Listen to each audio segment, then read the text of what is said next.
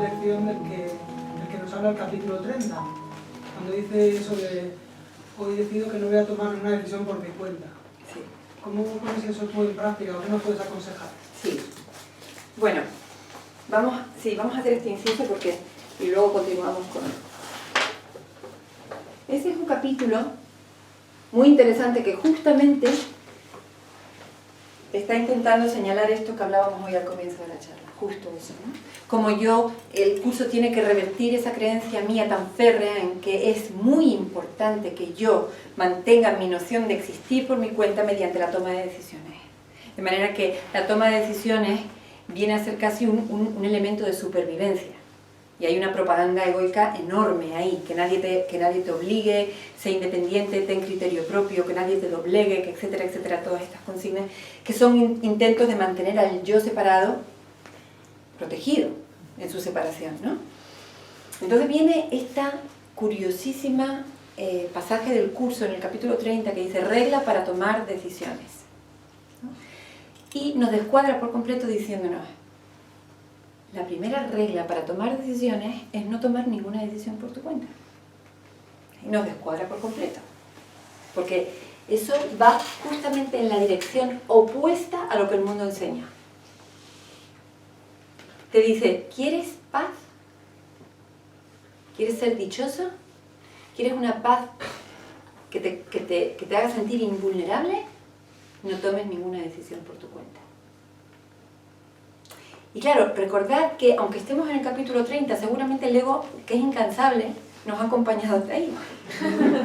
Y sabéis que es muy solícito este compañero de viaje, porque es el primero que nos hace la interpretación de todo lo que sucede. Primero. Es tan solícito que aunque no se le pida, nos viene con la interpretación. Y nos dice, claro, ¿cómo va a ser eso? ¿Cómo va a ser eso? Tú puedes que te levantes por la mañana y digas, vale, voy a aplicar la primera regla para tomar decisiones. Y muchas veces decimos en broma, puedo tomar esa decisión, a lo mejor he leído el capítulo en la cama y me he propuesto, vale, antes de poner el pie en el suelo cada mañana, yo voy a recordarme la primera regla para tomar decisiones. Y me voy a decir, antes de poner el pie en el suelo, hoy no tomaré ninguna decisión por mi cuenta. Y antes de que hayamos llegado a la cocina para desayunar, ya seguro que hemos empezado a poner en marcha el tren, la locomotora, con sus deseos y preferencias, con sus pensamientos asociados, y ya hemos hecho una pregunta. Porque claro, el curso que nos conoce bien dice, si yo les digo a esto, que la regla para ser feliz es no tomar ninguna decisión por su cuenta, aquí no hay nadie que pueda poner esto en práctica. Nadie. Entonces, les voy a dar otras 7 reglas para cuando, con toda seguridad, falle. ¿No? Entonces te dice, si empiezas a notar que pierdes la paz, es que ya has hecho una pregunta por tu cuenta. Dice, en cuanto te des cuenta, para, aquíétate y di, ¿debo haber decidido por mi cuenta? Porque no estoy en paz. Debo haber hecho alguna pregunta y lo que es peor, debo habérmela contestado. ¿Cuál es esa pregunta que yo he hecho? Pues es esta.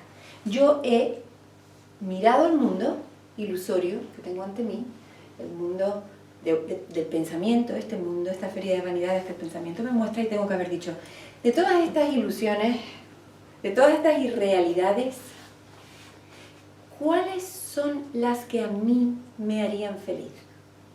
Esa es la pregunta que hacemos.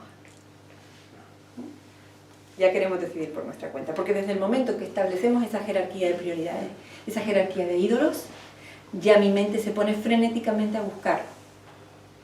Ya he hecho una decisión por mi cuenta. Ya el ego me tiene montada en el tren del pensamiento. Recordad que yo leo el curso desde mi identidad Susana, pero el curso no me está hablando a mí, sino le está hablando a mi identidad mente.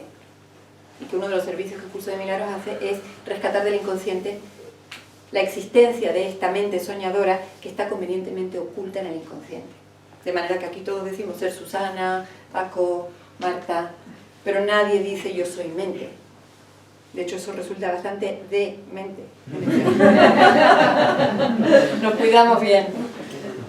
Entonces, cuando yo leo eso, me digo, vale, aquí está el mundo, y puesto que yo me percibo desde este yo, pues cuando me está diciendo que no tome ninguna decisión, se debe de estar refiriendo a que no elija entre objetos.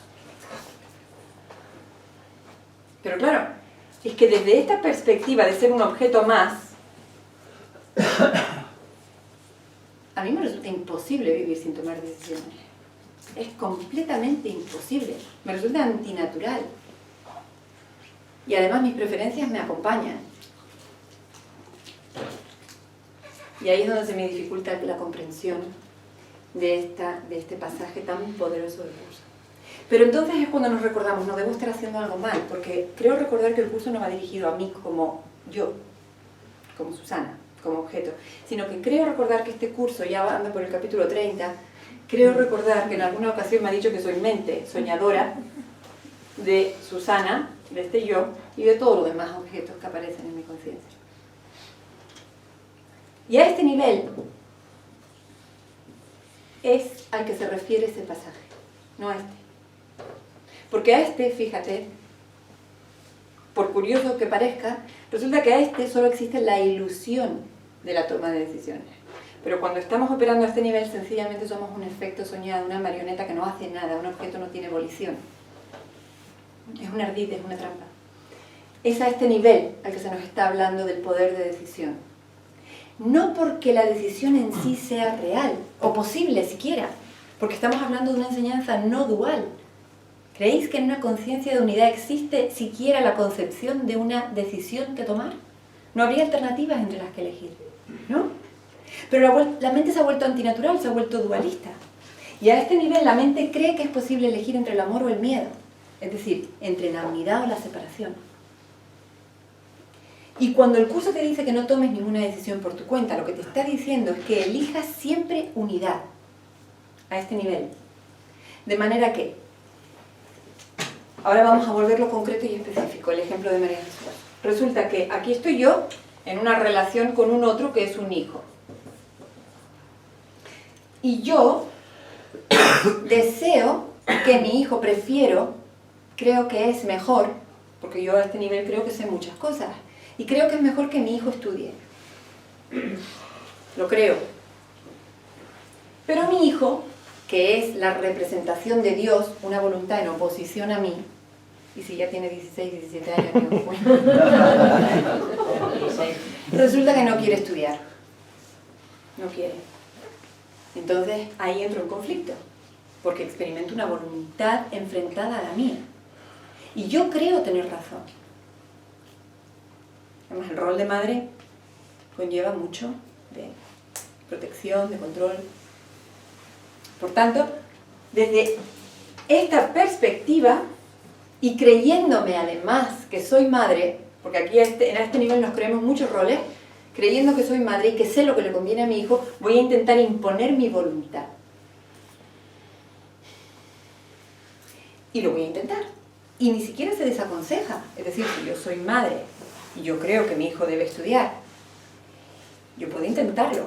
Yo puedo poner en juego todos los mecanismos a mi alcance para intentar que lo haga. Pero ¿sabéis que este mundo sigue un guión predeterminado? ¿Sabéis que nada de lo que sucede en el mundo sucede porque yo, este personaje, lo deseo, lo busco, lo logro, lo consiga?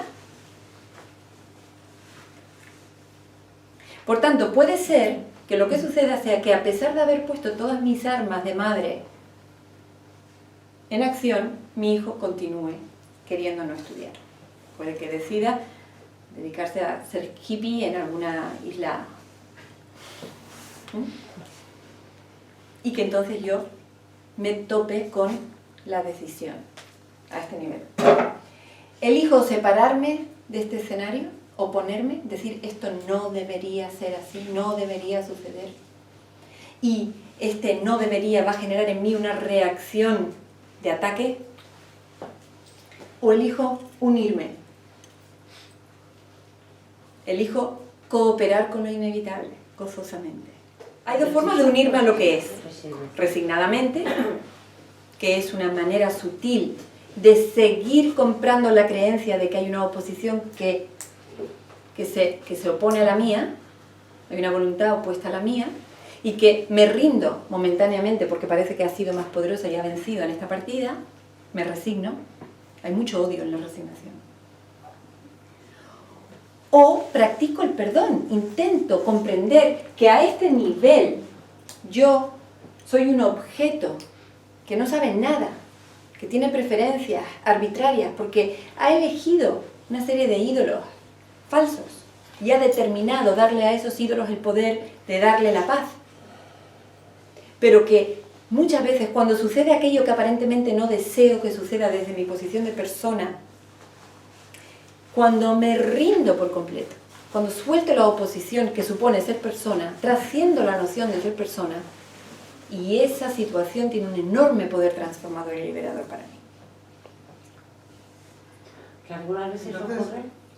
Sí. Quizá el hincapié, más que la acción que tiene que llegar más adelante, habría que ponerlo en el estado de conciencia en el que estás en cada momento. Efectivamente. A lo mejor utilizar la sensación de paz como termómetro constante. Exacto, sí. Del presente, ¿no? Sí. Más que a lo mejor esta paz me lleva, en lugar de ir al trabajo, a darme un paseo por el parque. Efectivamente. Pero, yo qué sé, estoy poniendo un ejemplo extremo, Sí. ¿no? Pero sería más que la acción que tengo que llevar, el estado en el que me encuentro. Sí.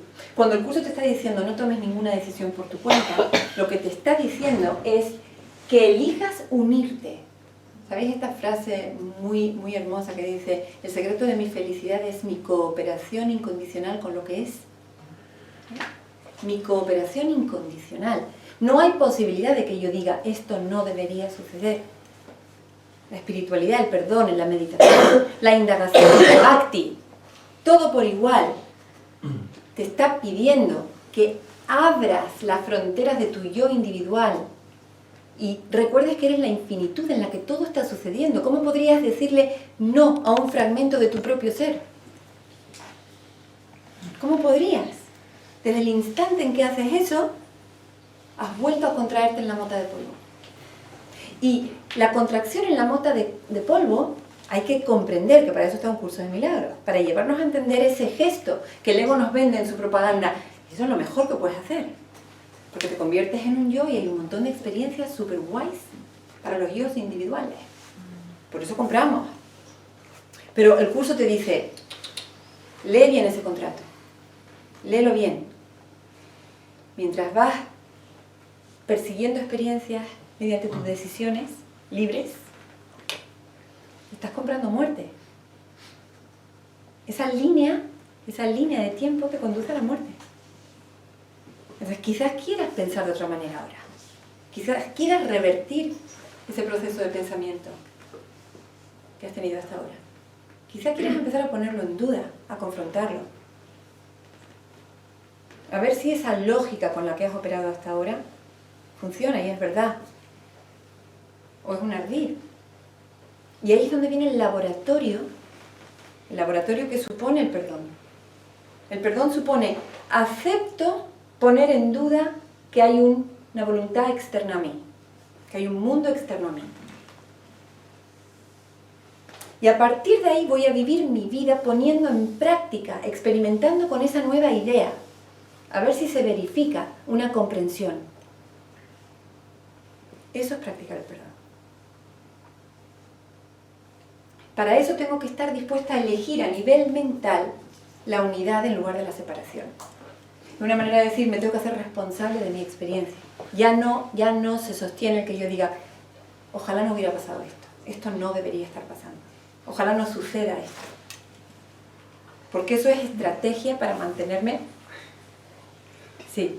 Bueno, pues entonces a nivel práctico tú no estás cada 5 minutos, Susana, durante el día, parándote un segundo, intentando coger cobertura con el Espíritu Santo y preguntándole, ¿tengo que hacer esto, esta llamada o tengo que hacerla?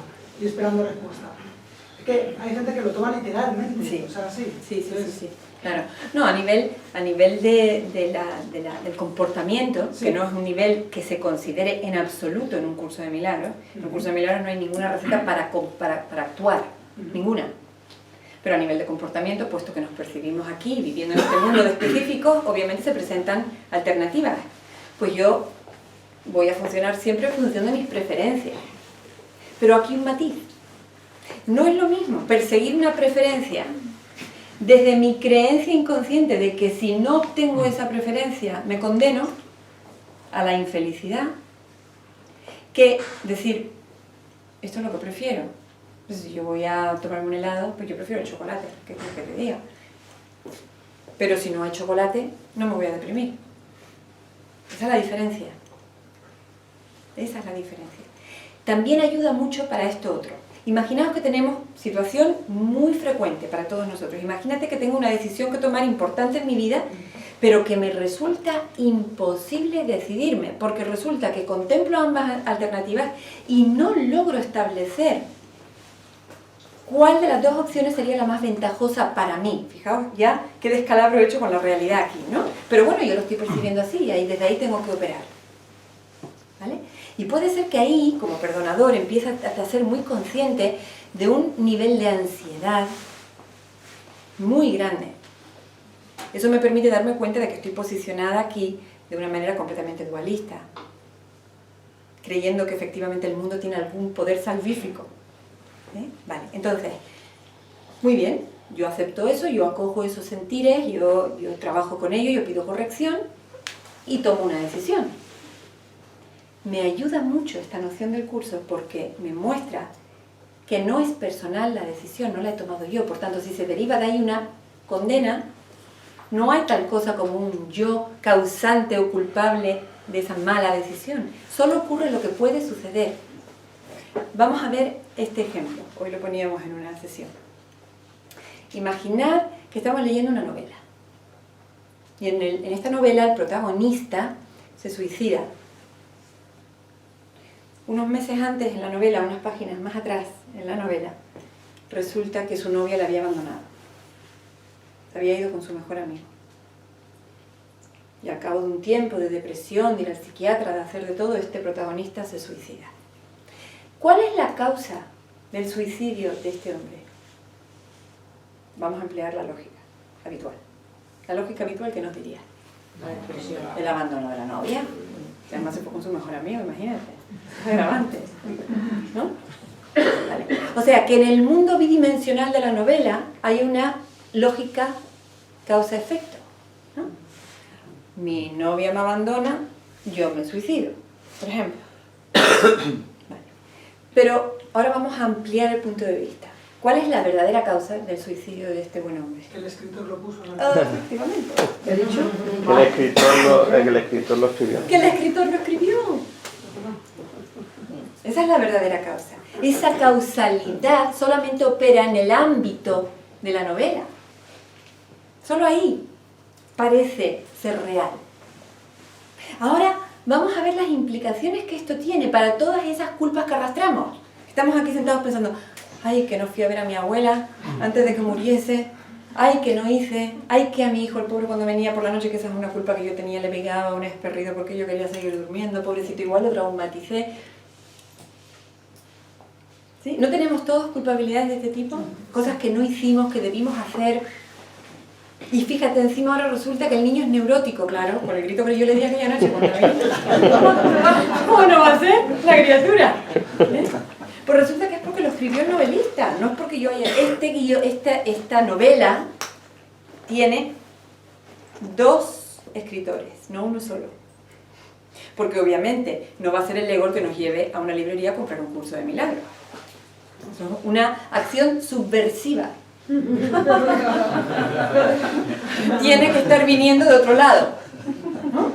¿Cuál es ese otro lado? ¿Cuál es ese otro lado? Vamos a verlo de esta manera. A mí me encanta ponerlo así, porque a mí además me conmueve. Imaginemos que hemos querido tener una experiencia disociándonos de la unidad del amor. Hemos querido tener un diseño creativo en el que el amor, del que el amor esté ausente. Un diseño que viene a la existencia externa, ¿vale? No una creación interna de conocimiento. Vale. Entonces Dios nos dice, bueno, vamos a hacerlo así en forma de cuento, metáfora. Dios nos dice, el amor es libertad, yo no puedo impedirte que fantasees con esa opción creativa. Yo te recomiendo que la tires a la basura, ¿no? Pero no te puedo negar que la tengas. Ahora, no puedo concederte que esa experiencia sea verdad. Es decir, léase aquí, eterna. No puedo concederte la verdad de esa experiencia, es decir, no la puedo hacer eterna, porque te condenaría al sufrimiento eterno. Tengo que darte esa experiencia solamente de manera temporal.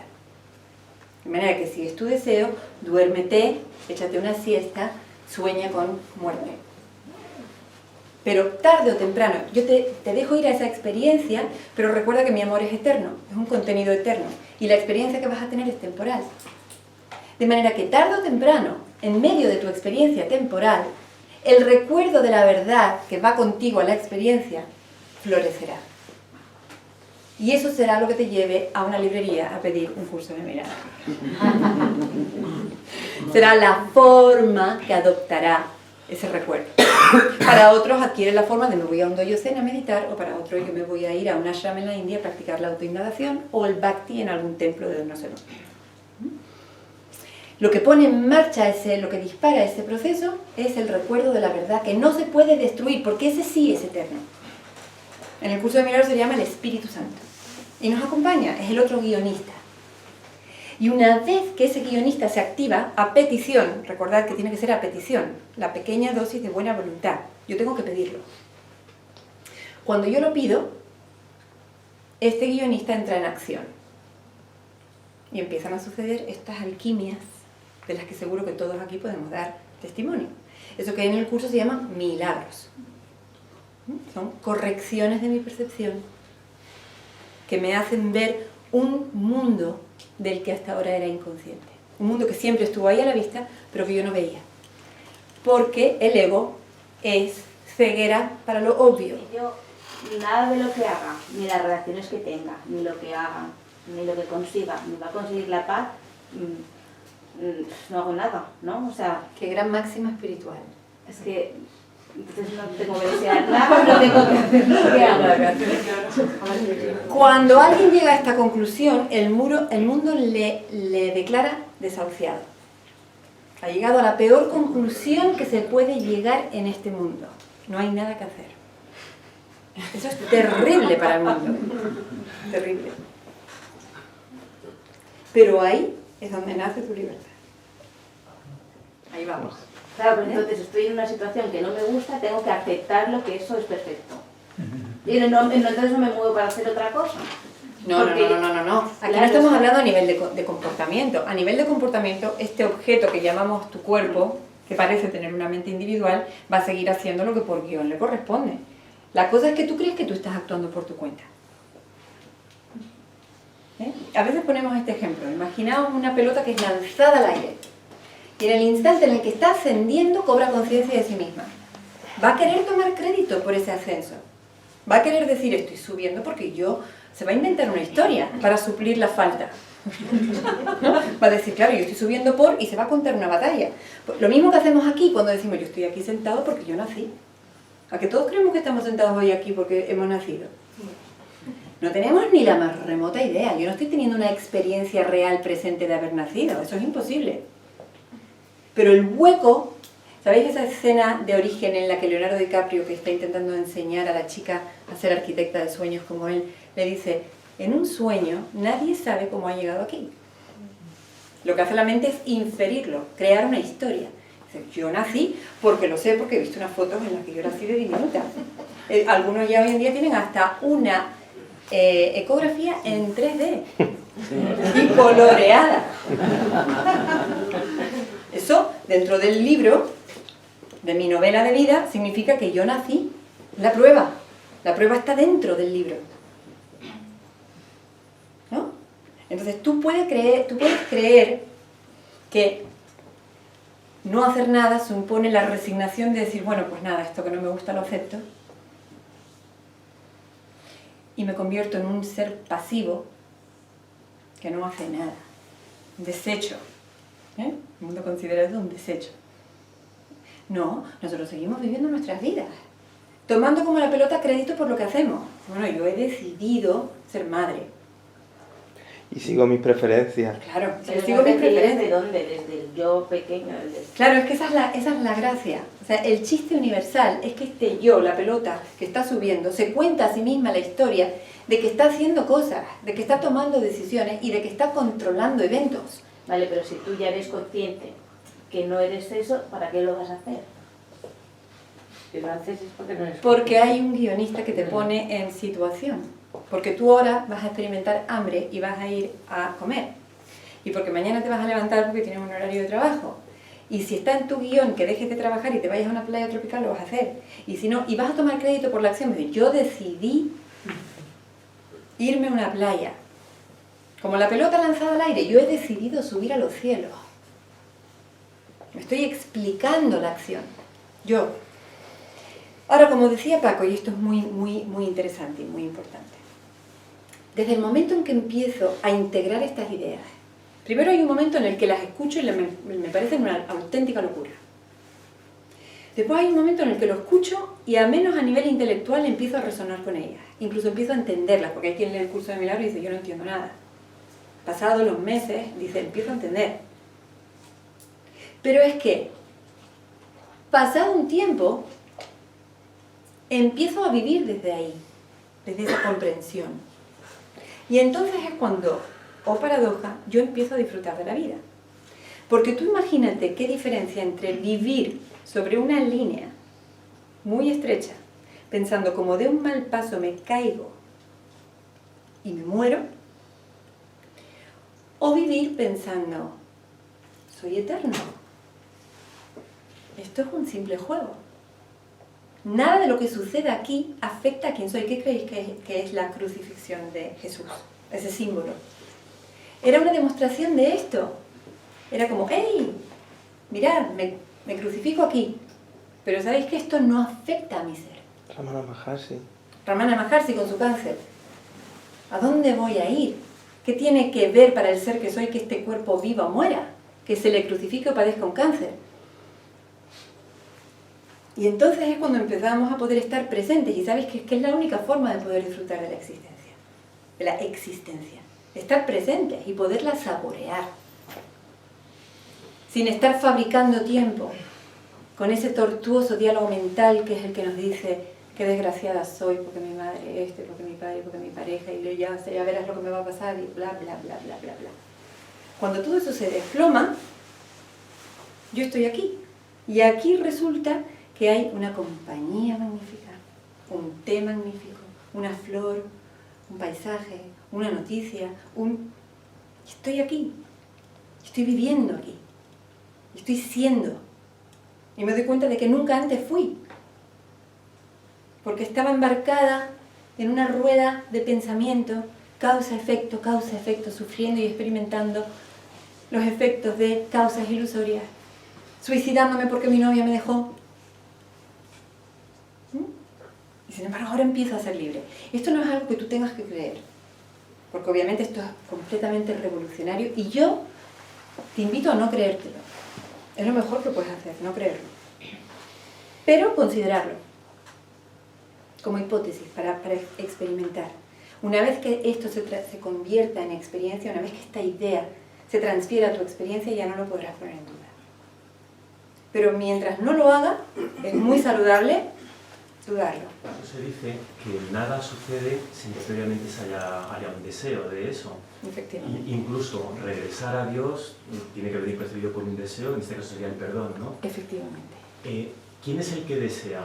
¿Es el yo ese pequeño del que hablas o es la mente que puede ser ego y puede ser vale. Dios a la vez? Siempre, o sea, el yo no puede hacer absolutamente nada. Cuando tengáis la tentación, que os va a venir 1000 veces, de creer que hacéis algo por vuestra cuenta, tomar una decisión, poner algo en duda, cualquier cosa, recordad esta visión. Yo soy una marioneta.